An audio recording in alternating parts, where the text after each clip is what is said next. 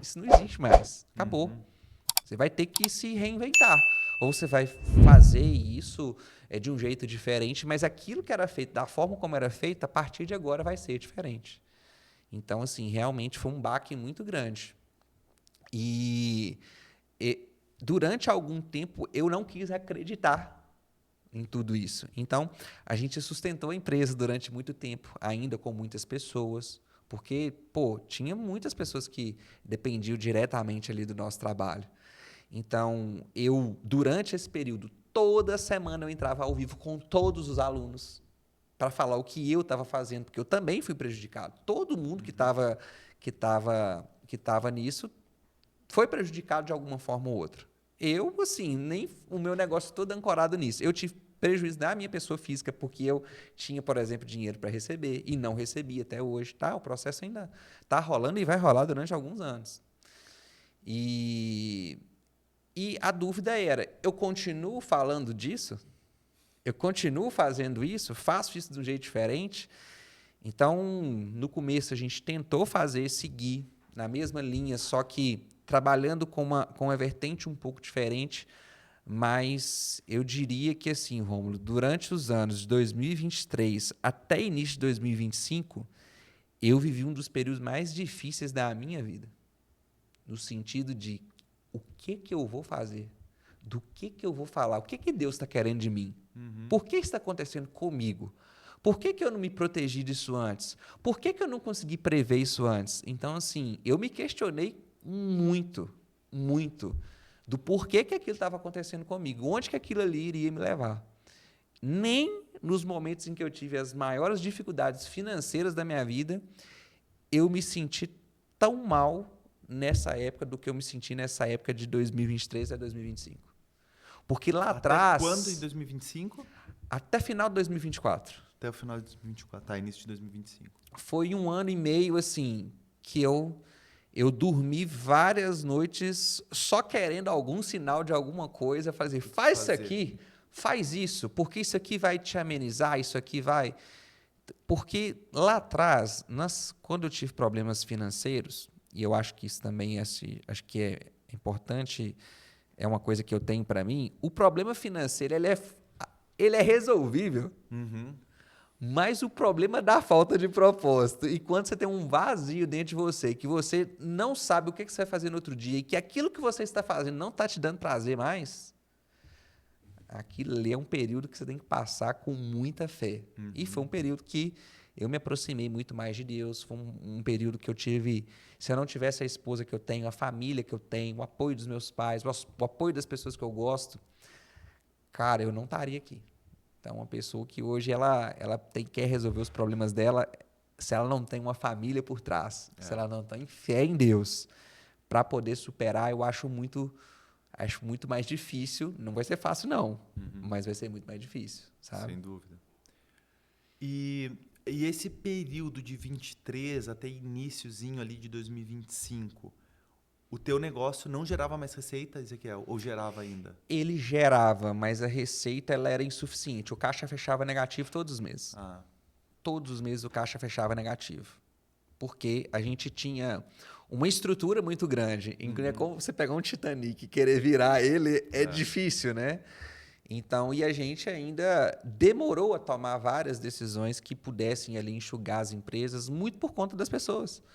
Então, eu e Guilherme, a gente fala disso até hoje. A gente assumiu um risco muito grande que, basicamente, eu não vou falar que não levou à falência, mas a empresa quebrou.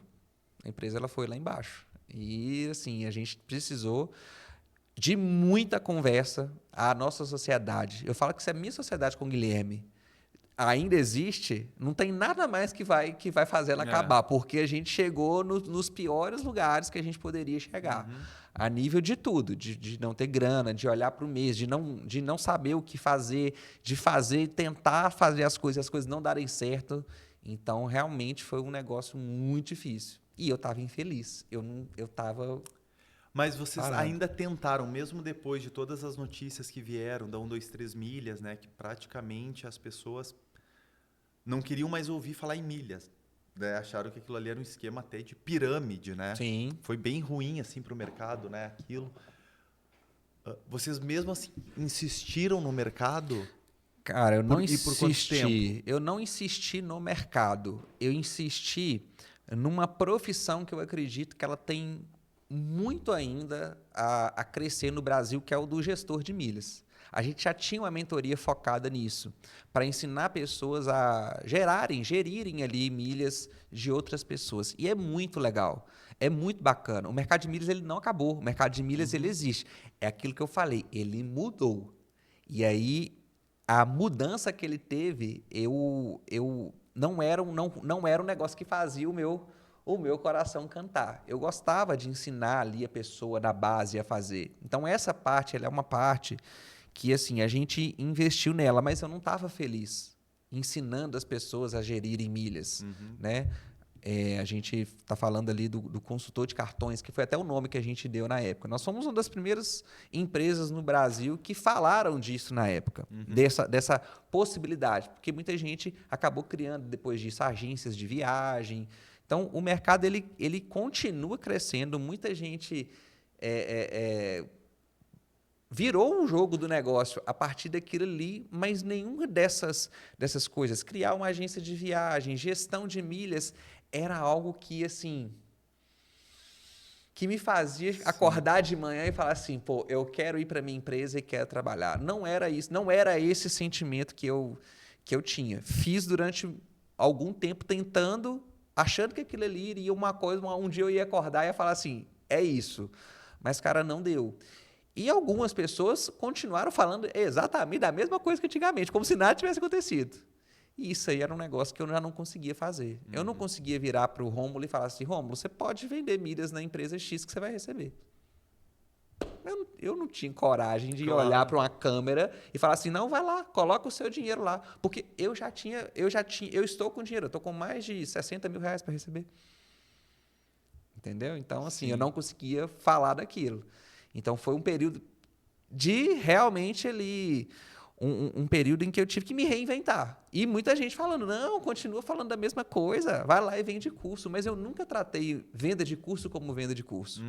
É um negócio muito sério, é uma responsabilidade muito grande que você tem. A pessoa acredita naquilo que você faz e ela entende que aquilo ali é realmente para mudar a vida dela. E eu sempre vendi tudo que eu falo na internet é porque eu sei que aquilo ali vai ajudar a pessoa. Então, se eu perco isso, eu perdi minha identidade na época. Realmente foi um negócio que foi muito difícil para mim, sabe? Tá. E aí vem a virada. virada. É a primeira vez que eu estou falando disso, tá? Ah, legal.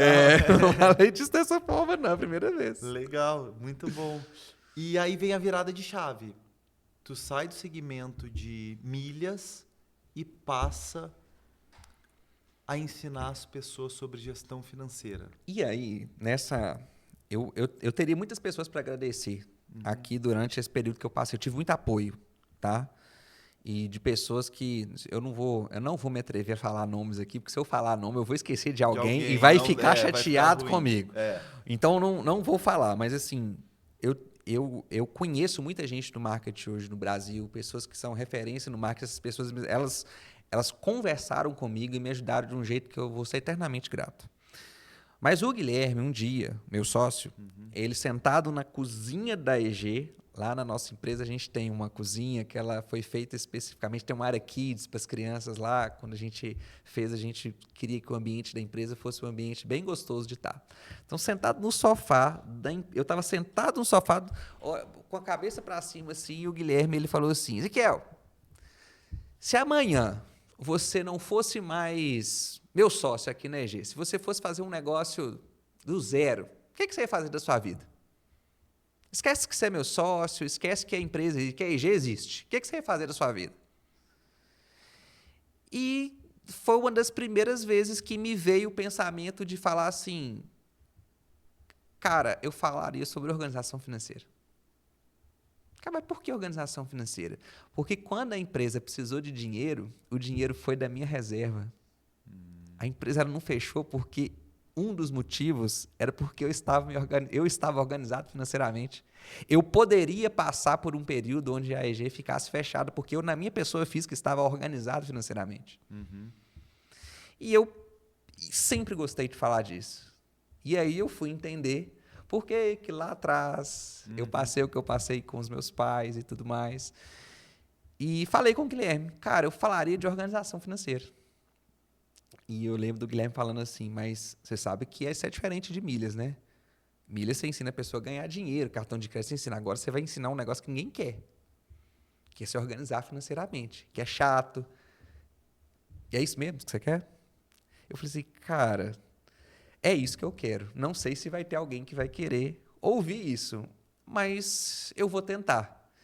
E desde o Natal de 2024, por isso que eu falo 2024, 2025, eu vou para a internet, meu perfil nunca ficou parado, mas aí eu começo a falar de organização financeira. Começo a falar sobre o que eu acreditava, no 70-20-10, na questão de anotar gastos, na questão do investimento na reserva antes de investir na renda variável, na questão de você olhar para frente e trabalhar com previsão, destinando dinheiro para o lugar certo, ao invés de ficar anotando os gastos.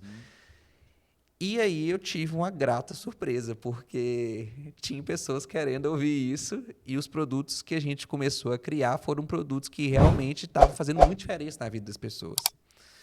E a gente começa a criar produtos disso e hoje a empresa, graças a Deus, reergueu de novo. A gente hoje está de novo muito melhor do que alguns anos atrás e graças a Deus assim é uma nova fase que a gente está vivendo agora neste momento, sabe? E